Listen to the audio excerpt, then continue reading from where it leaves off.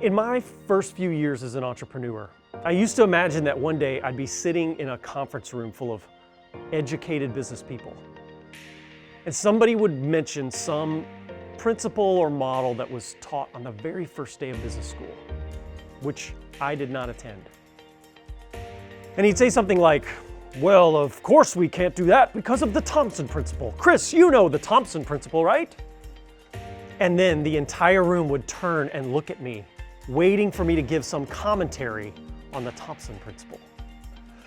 And as beads of sweat began forming on the back of my neck, I'd stammer around for a few seconds until it became clear to everyone that I had no idea what the Thompson principle was. And at that point, some men in dark suits and sunglasses would come in and say, "Excuse me, sir, you're gonna have to come with us."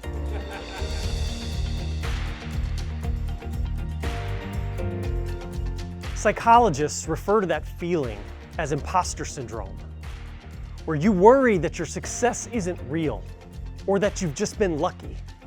And the underlying fear is that sooner or later, everyone's going to figure out that you really don't know what you're doing.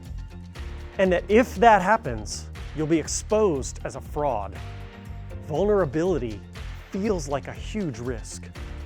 And you've probably felt that way at some point. In fact, one study suggests that up to 70% of the population experiences imposter syndrome at some point in their career.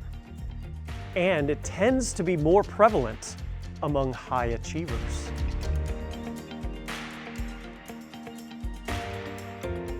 A young entrepreneur was telling me all about his new company. And I could sense that behind the great presentation, there was some anxiety, and fear, and insecurity. So I started opening up about my own struggles, fears, and self-doubt as an entrepreneur. I let him know that I wasn't perfect, and I didn't expect him to be either. His eyes began to well up, and he said to me, "Kris, this is the first real conversation I've had with anyone about how hard this is."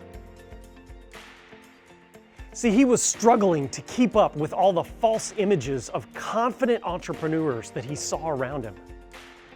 That community was working against him.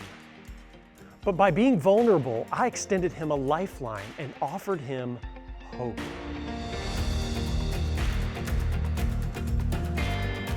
I've learned that community without vulnerability will feed your inner critic. But community with vulnerability will starve it. If community is the door, then vulnerability is the key. Now, the great irony of this is that imposter syndrome is the fear of vulnerability. It's the fear of being exposed for who you really are. And yet, vulnerability is the answer. It's exactly what you need to overcome the imposter.